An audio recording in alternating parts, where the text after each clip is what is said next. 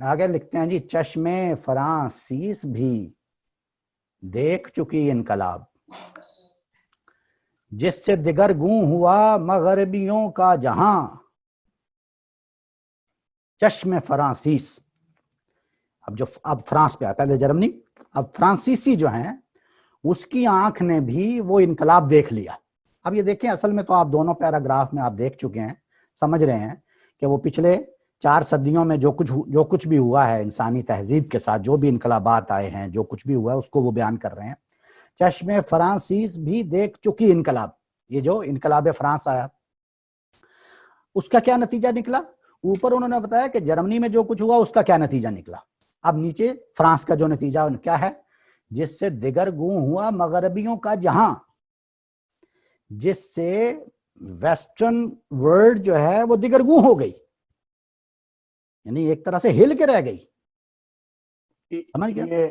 یہ مسعود خان صاحب کہہ رہے ہیں کہ ان کو آپ دکھائی دے رہے ہیں، وہ نہیں دکھائی دے رہا ڈاکومنٹ. باقی لوگوں کو دکھائی دے رہا ہے؟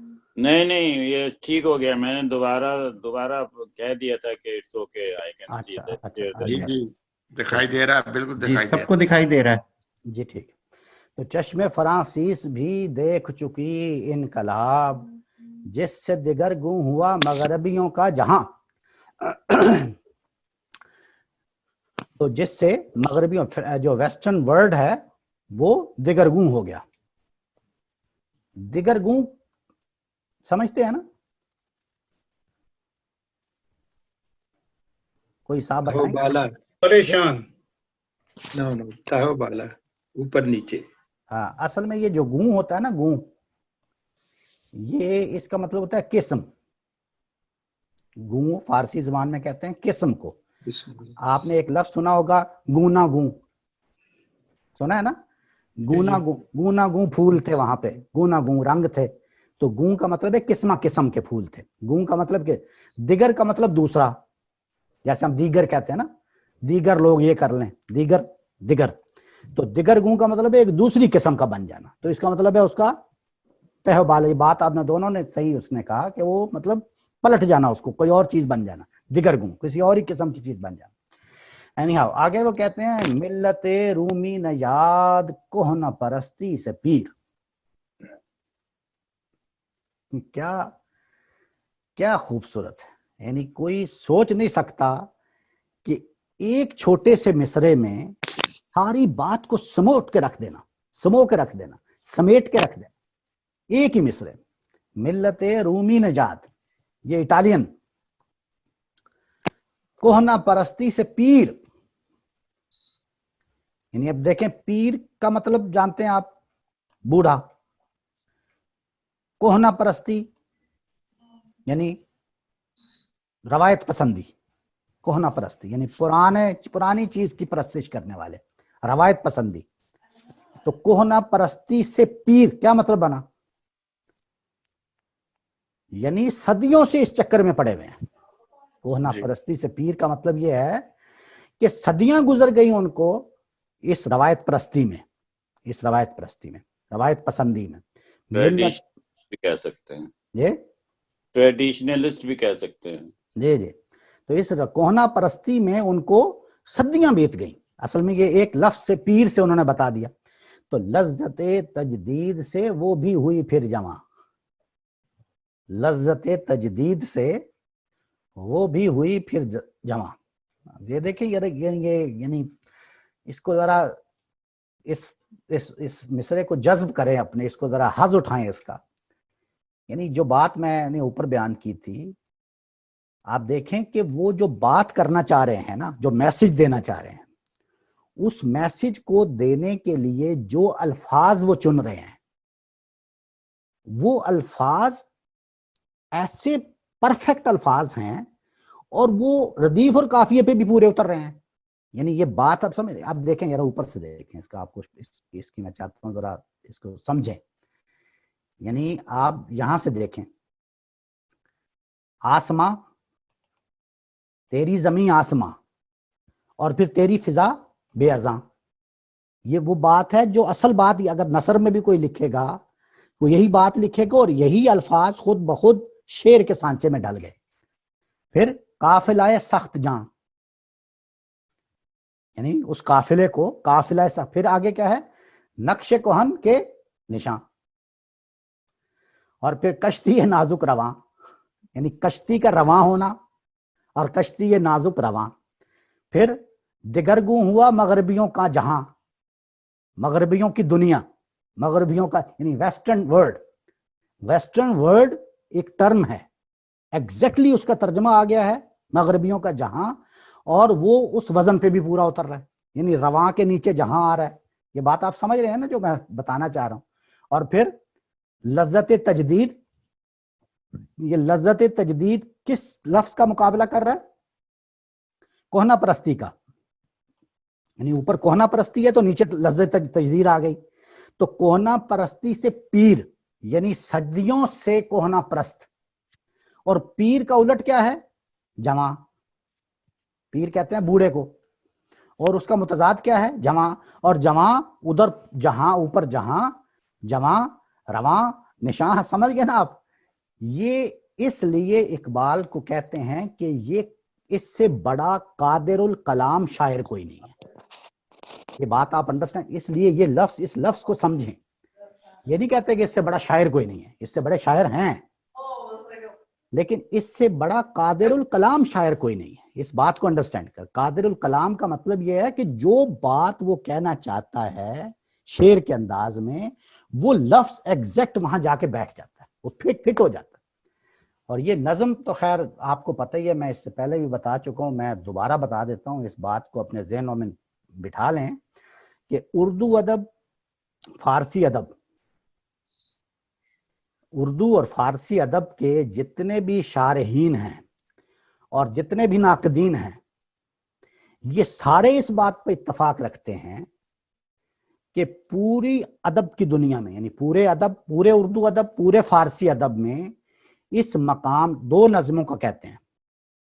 دو نظمیں ہیں جو پورے اردو ادب جتنا بھی لٹریچر آج تک وجود میں آیا ہے, اور پورا فارسی ادب جتنا بھی لٹریچر وجود میں آیا ہے, دو نظموں کا کوئی مقابلہ نہیں. کون کون سی؟ ایک مسجد قرطبہ اور ایک ذوق و شوق. ان دو نظموں کو اردو زبان کی سب سے بڑی نظمیں کا, اس میں کسی کو کوئی اختلاف, کوئی یعنی اس بات, اس کے مضمون سے تو اختلاف ہو سکتا ہے, لیکن اس بات سے کہ اس میں جو شعری معیارات ہیں, جس طریقے سے زبان استعمال ہوئی ہے, جس طریقے سے اس نظم کو وجود بخشا گیا ہے, اس کے لیول کی کوئی اور نظم جو ہے اردو اور فارسی ادب میں نہیں ہے. اور میں نے چونکہ عرض کیا تھا کہ اس کا جو اسلوب ہے وہ عربی قصیدے کا اسلوب ہے, ان دونوں نظموں کا. اصل میں اس میں خاص طور پہ یہ جو مسجد قرطبہ ہے, اس میں تو پھر بھی بہت حد تک آپ کو فارسی قصیدے کی ایک جھلک نظر آتی ہے, لیکن اس میں جو ذوق و شوق ہے وہ تو خاص بالکل عربی قصیدے کے اسلوب پر لکھی گئی ہے. تو اس لحاظ سے ہمارے استاد گرامی کہتے ہیں کہ یہ عربی ادب میں بھی اس لیول کی کوئی چیز نہیں ہے, بلکہ ان کے الفاظ میں آپ کو بتا, میرے استاد گرامی جناب جاوید احمد صاحب غامدی کی بات کر رہا ہوں, وہ یہ ان کے الفاظ یہ ہیں, وہ یہ کہتے ہیں کہ اگر پوری دنیا کا لٹریچر یعنی انکلوڈنگ انگلش, ظاہر ہے ان کی نظر آپ کو پتہ ہے کہ وہ ان کا اصل فلسفہ اور ادب ہی ہے, اور ان کی نظر پورے ادب پر ہے, تو وہ کہتے ہیں کہ اگر پوری دنیا کا ادب جو ہے, پوری دنیا کے لٹریچر کو اگر آپ تجزیاتی نظر سے دیکھیں تو جو اگر مثلا آپ 1 2 3 بھی کرتے ہیں تو ٹاپ 3 میں یہ آئے گی. یعنی اتنا اس کا, اس نظم کا مقام جو ہے بلند ہے. اینی ہاؤ, یہ تو ایک ضمنی بات میں نے آپ کو بتائی تھی کہ یہ, اور اس کے بعد انشاءاللہ ہم وہ پڑھیں گے ذوق و شوق, اور پھر میں بتاؤں گا آپ کو کہ کس طرح یہ ایک طرح سے توام بن جاتی ہے, ایک جوڑا نظم بھی بن جاتی ہے. تو وادی کوہسار میں, اچھا نہیں سوری, لذت تجدید سے وہ بھی ہوئی پھر جمع, یعنی وہ جو کوہنا پرستی سے پیر تھی قوم, رومی قوم, وہ بھی اب لذت تجدید سے دوبارہ جمع ہو گئی. روح مسلمان میں ہے, یہ ہے اصل بات. یعنی ساری بات کیوں کہ یہ کیوں 2 پیراگراف لکھنے پڑے ان کو یہاں سے, یہ 2 پیراگراف تو بس 400 سال کی تاریخ بتا دی نا, پچھلے 400-500 سال کی. اصل بات جو کہنا چاہ رہے ہیں وہ یہ آگے ہے, روح مسلمان میں ہے آج وہی اضطراب, روح مسلمان میں ہے آج وہی اس طرح. مسلمان کی روح میں یعنی بحیثیت قوم پوری مسلمان کی روح میں وہی اس طرح وہ دوبارہ مضطرب ہے.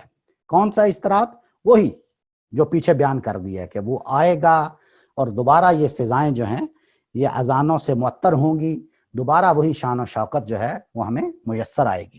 تو آج وہی اضطراب روح مسلمان میں ہے. لیکن آگے کیا فرمایا؟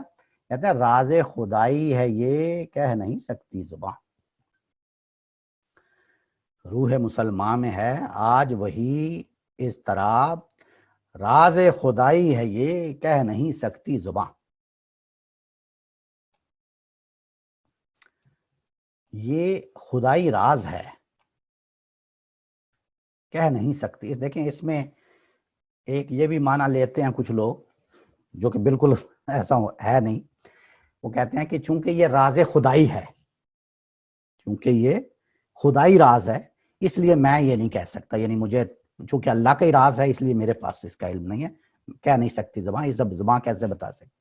لیکن اس کا یہ مطلب نہیں ہے. اس کا مطلب یہ ہے, وہ کہنا چاہ رہے ہیں کہ یہ راز خدائی ہے, میرے پاس اس کا علم ہے, لیکن چونکہ خدا نے اس کو راز کے طور پہ راز رکھا ہوا ہے اس لیے میں نہیں بتا سکتا. یہ بات دونوں میں فرق سمجھ آئی آپ کو؟ دونوں باتوں میں جی تو راز خدائی بالکل صحیح ہے. ہاں, راز خدائی ہے یہ کہہ نہیں سکتی زبان. یہ زبان اصل لفظ کیا ہے؟ کچھ لوگ زبان بھی کہتے ہیں نا, زبان, زبان نہیں ہے زبان, اس کے اوپر زبر ہے. دیکھیے اس بحر کی تہ سے اچھلتا ہے کیا.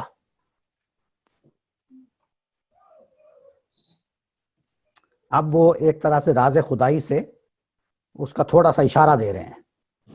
دیکھیے اس بحر سے کیا سوری ایک کوشچن ہے کہ ان کو کیسے پتا چلا راز؟ یہ وہ تصوف میں بلیو کرتے ہیں اس لیے یہ بس یہ شاعرانہ اصطلاح ہے. وہ کہتے ہیں کہ میں اپنے الہام سے آپ کو بتا رہا ہوں کہ کیا ہونے والا ہے. وہ ایک طرح سے مکاشفہ کر رہے ہیں. ٹھیک ہے, وہ کہتے ہیں نا کہ خدایا نور میرا نور بصیرت عام کر دے. تو وہ کہتے ہیں کہ جو میرے پاس علم آ گیا ہے, جو میرے پاس اللہ تعالیٰ کی یعنی کرم فرمائی سے جو میں جان چکا ہوں اس کو عام کر دے. کہنے کا ان کا مطلب یہ ہے کہ میں اللہ کی اس حکمت کو, اللہ کی اس حقیقت کو جان چکا ہوں, اب اس کو زبان بیان نہیں کر سکتی, آگے اس کی وجہ بتا دیں گے کہ کیوں نہیں بیان کر رہا. تو کہتے ہیں کہ دیکھیے اس بحر کی تہ سے اچھلتا ہے کیا. اب دیکھیں یہاں پہ بھی یہ ظاہر ہے میں اس کو زیادہ وہ نہیں کر رہا ایمفسائز, لیکن میں جسٹ اس لیے کہہ رہا ہوں کہ کچھ لوگ ہیں ہمارے اس نشست میں بھی, میرا خیال ہے 4-5 شعراء ہیں, تو وہ اس چیز کو بخوبی سمجھتے ہیں جو میں یہ صوتی آہنگ کی بات کر رہا ہوں, یا وزن کی, یا ردم کی, یا موسیقیت کی جو بات ہے نا. اب دیکھیں یہاں پہ بحر کا ذکر آیا تو اس نے ایسا اس مصرے کو ترتیب دیا ہے کہ جیسے ایک ایسے پانی کے جھرنا بہ رہا ہے. دیکھیے اس بحر کی تہ سے اچھلتا ہے کیا, ایسے اوپر سے ایسے جا رہا ہے. دیکھیے اس, حالانکہ جہاں پہ روح مسلمان میں ہے آج وہی اضطراب, اس میں اس نے اضطراب پیدا کر دیا اس مصرے میں. روح مسلمان میں ہے آج وہی اضطراب اوپر لے کے گیا. یہ ہے صوتی اس کی اٹھک بیٹھک. لیکن یہاں کیا ہے؟ دیکھیے اس بحر کی تہ سے اچھلتا ہے کیا. ٹھیک ہے نا, یہ اس کو جو لوگ سمجھ رہے ہیں بس انہی کے لیے میں یاد کر رہا ہوں. گنبد نیلو فری رنگ بدلتا ہے کیا. اس بحر سے, دیکھیے اس بحر سے, یہ بحر کا مطلب سمندر. تو یہ سمندر کس کو کہا ہے؟ روح مسلمان کو. اوپر کہا نا کہ روح مسلمان میں ہے آج وہی اضطراب, آج وہی اضطراب. اور آگے کہا کہ یہ میری زبان کہہ نہیں رہی کیونکہ یہ راز خدائی ہے, اور پھر اس کی طرف اشارہ کر رہے ہیں دیکھیے اس بحر کی تہ سے اچھلتا ہے کیا. اور اب اس کو ایک طرح سے یعنی بحر کی وسعت بیان کرنا, روح مسلمان اور بحر کی وسعت, اور اس کی تہ سے کیا نکلتا ہے کہ دیکھیں اس کا نتیجہ کیا نکلتا ہے. گنبد نیل و فری رنگ بدلتا ہے کیا. یہ محاورہ بھی ہے, رنگ بدلتا ہے کیا. گنبد نیل و فری یعنی آسمان, بلکہ یہ بھی محاورہ ہے نا، بدلتا ہے رنگ آسماں کیسے کیسے، یہ مصرع بھی ایک طرح سے ضرب المثلی بن گیا، بدلتا ہے رنگ آسماں کیسے کیسے، تو گنبد نیلو فری رنگ بدلتا ہے، دیکھیے اس بحر کی تہ سے اچھلتا ہے کیا، گنبد نیلو فری رنگ بدلتا ہے کیا۔ اب دیکھیے یعنی اس کا نتیجہ کیا نکلتا ہے۔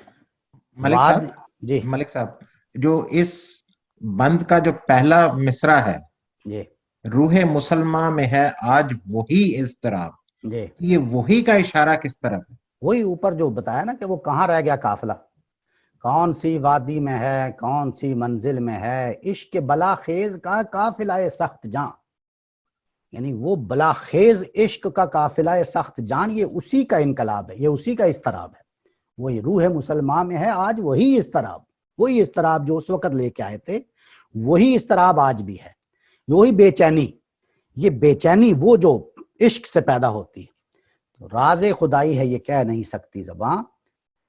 اچھا، وادی کوثار، اب دیکھیے اس سے باہر نکل آیا، اب دیکھیں نا پورا آپ ایسے لگے گا آپ کو کہ جیسے ہر کردار اس نظم میں ایسا معین ہے اور ایک کینوس ہے، اس کینوس کے اوپر وہ پینٹنگ کر رہا ہے، ایک ایک چیز کو بیان کر رہا ہے۔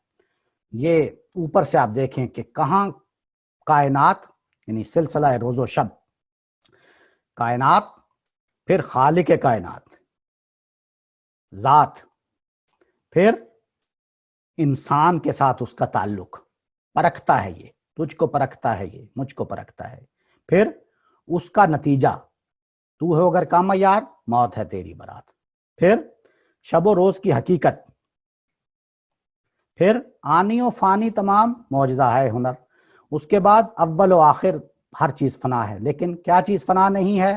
جس کو کسی مرد خدا نے تمام کیا ہو۔ وجہ کیا ہے؟ کیونکہ اس کے عمل میں کیا ہوگا؟ عشق۔ پھر عشق کیا ہے؟ زمانہ کیا اس کو روک سکتا ہے؟ نہیں، کتنا بھی تند و تیز ہو نہیں روک سکتا۔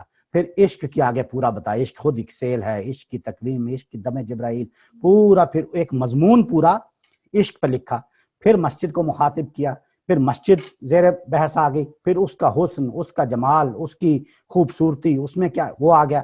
پھر چونکہ مسجد کو بنانے والے جو ہیں وہ عاشق لوگ، ان دونوں کو امتزاج ہو گیا، پھر وہاں سے بندہ مومن، مرد خدا، پھر ایک پورا وہ مضمون شروع ہو گیا، اس کی پوری تفصیلات یعنی ایسے آپ دیکھیں گے کہ ایک ایک چیز معین ہے، ایک متعین ہے، اور اس چیز کو پورے کا پورا مضمون جو ہے باندھ کے رکھ دیا، لیکن کہیں پہ بھی کوہرنس کو ٹوٹنے نہیں دیا، نظم کو ٹوٹنے نہیں دیا۔ ایسا نہیں کہ ایک مضمون ادھر کا ہے، ایک ادھر کا ہے، ایک ادھر، ایسا نہیں ہے، ایک سیکوینس کے اندر۔ اب دیکھیں یہ ساری بات کر کے مرد خدا، اور یہ کہہ کے پھر مسجد کو دوبارہ مخاطب کر کے اب وہ اپنا پیغام دے دیا، اور پھر یہاں 2 پیراگراف ڈال کے کہ بھائی یہ تاریخ میں کیا ہو رہا ہے، لیکن آج پھر مسلمان اسی لیے مضطرب ہوں گے، اور یہ دوبارہ راز خدائی جو ہے آئے گا، یہ ان کا اپنا ایک طرح سے الہام بتا کے اب وہ مسجد سے باہر ایک طرح سے جو باہر کا جو سین نظر آ رہا ہے، پہلے اندر تھے نا، وہ ایک ایک چیز بتائی، اس کا جو ستون ہے اور ہر چیز اندر کی بتائی، اب لگ رہا ہے کہ جیسے آہستہ آہستہ مسجد سے وہ باہر آ گئے،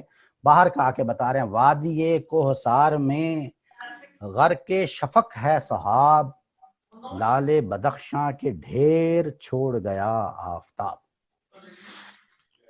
یعنی کیا خوبصورت شعر ہے، کیا بات۔